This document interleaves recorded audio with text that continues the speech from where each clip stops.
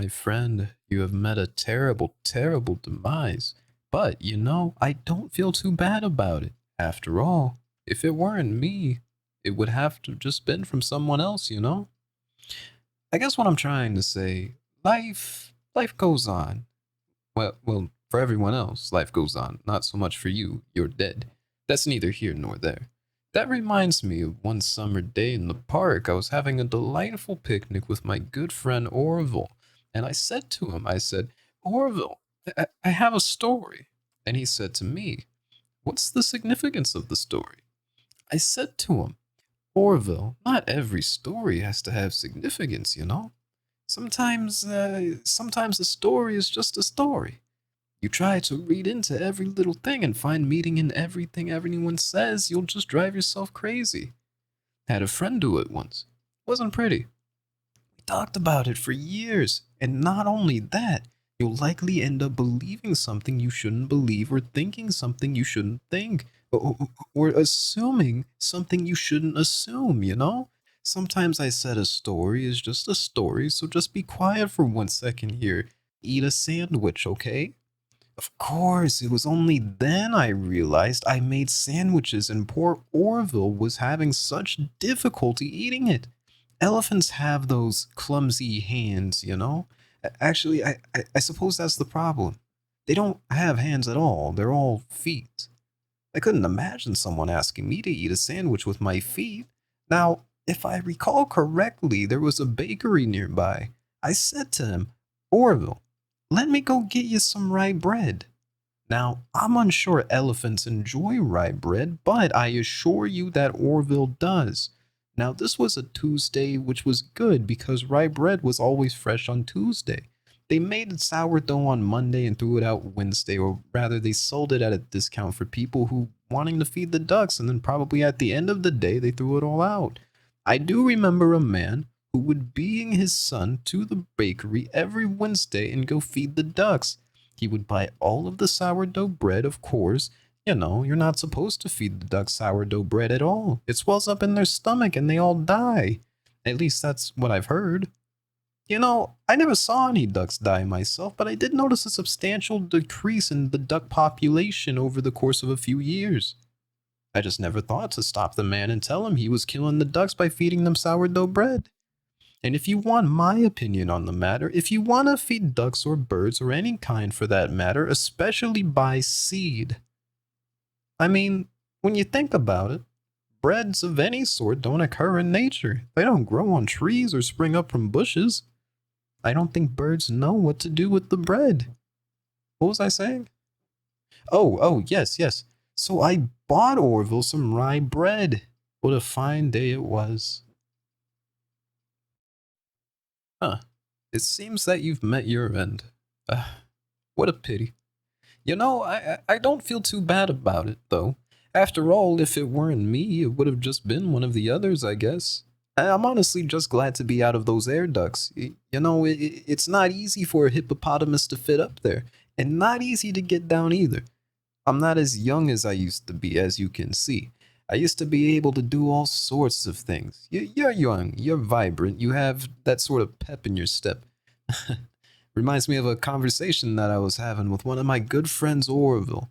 We were having a nice picnic one day. I believe it was summer, or perhaps it was the fall. Yes, it was the fall because the leaves had turned already. But I said to Orville, I says, Orville, I have a story to tell you.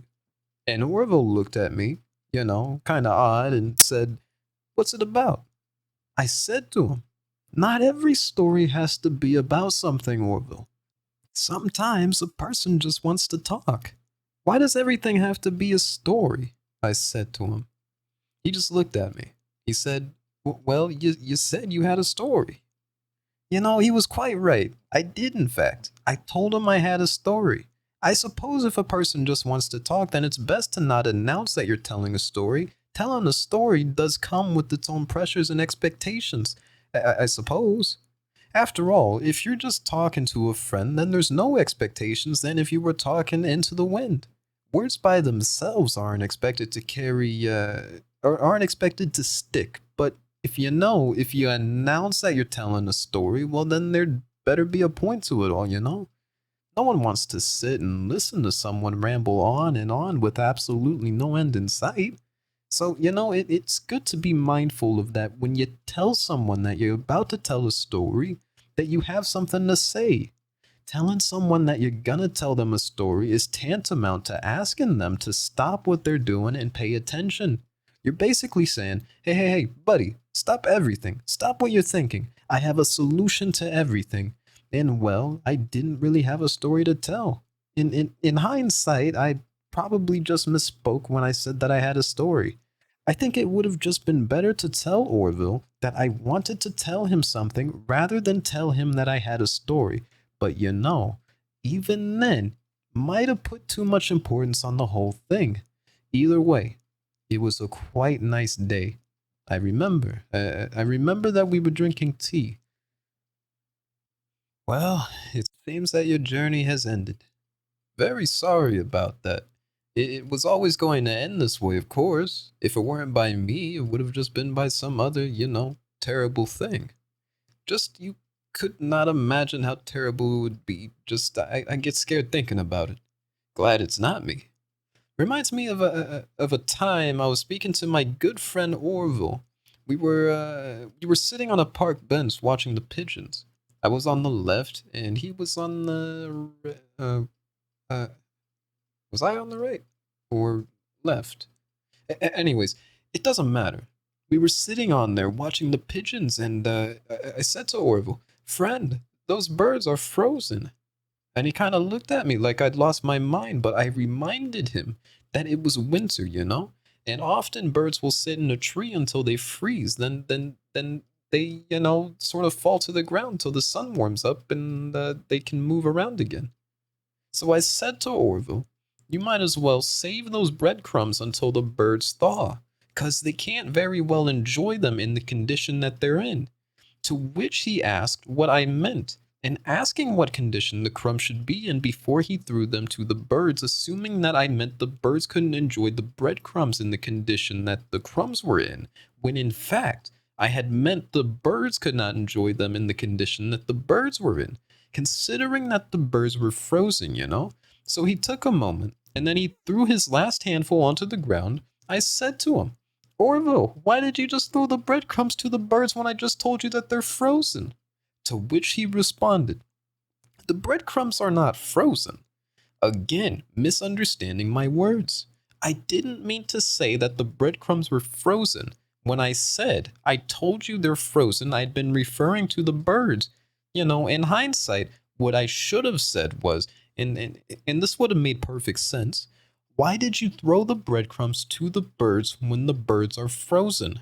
He misunderstood upon my correction, stating that he didn't know what else to do with the breadcrumbs, and that perhaps, when the birds thawed, they'd still be able to eat the crumbs. So I said to Orville, I said, and this is what I said to him. I said, Orville, the birds may be dead. Huh. It seems that you've met a horrible demise, my friend. But, these things happen and life goes on. Well, not for you, obviously. You're dead. But it reminds me of a time I was having a conversation with my friend Orville. We were, where were we? We were by the river, the river. We were sitting by the river and watching the fish leap over the falls. And I said to Orville, sometimes I feel like a fish leaping over and over again, always trying to get somewhere. Oh, I don't know where only to find myself in the jaws of a beast. He, of course, looked at me, surprised. Have you been in the jaws of a beast, friend? To which I said, no, of course not, Orville. I said, no, no, no, no. I simply meant that life can seem like a relentless endeavor. Overcome meaningless obstacles only to meet an equally meaningless fate, regardless of your efforts, regardless of the obstacles you've passed. And Orville, he stood and proceeded to drape me with the picnic cloth, to which I asked him, I said, friend, what are you doing? He looked at me very concerned. Really? I feel like you've gotten too much sun. Indeed, huh? Indeed I had. He proceeded to pour me a glass of just ice-cold lemonade.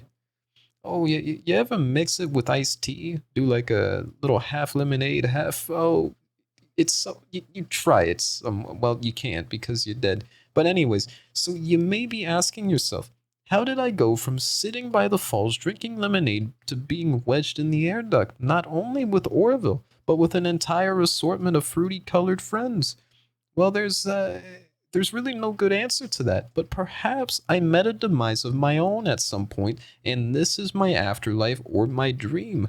Whatever, it might, I honestly don't know. Or maybe it doesn't mean anything at all. Maybe it doesn't mean anything at all.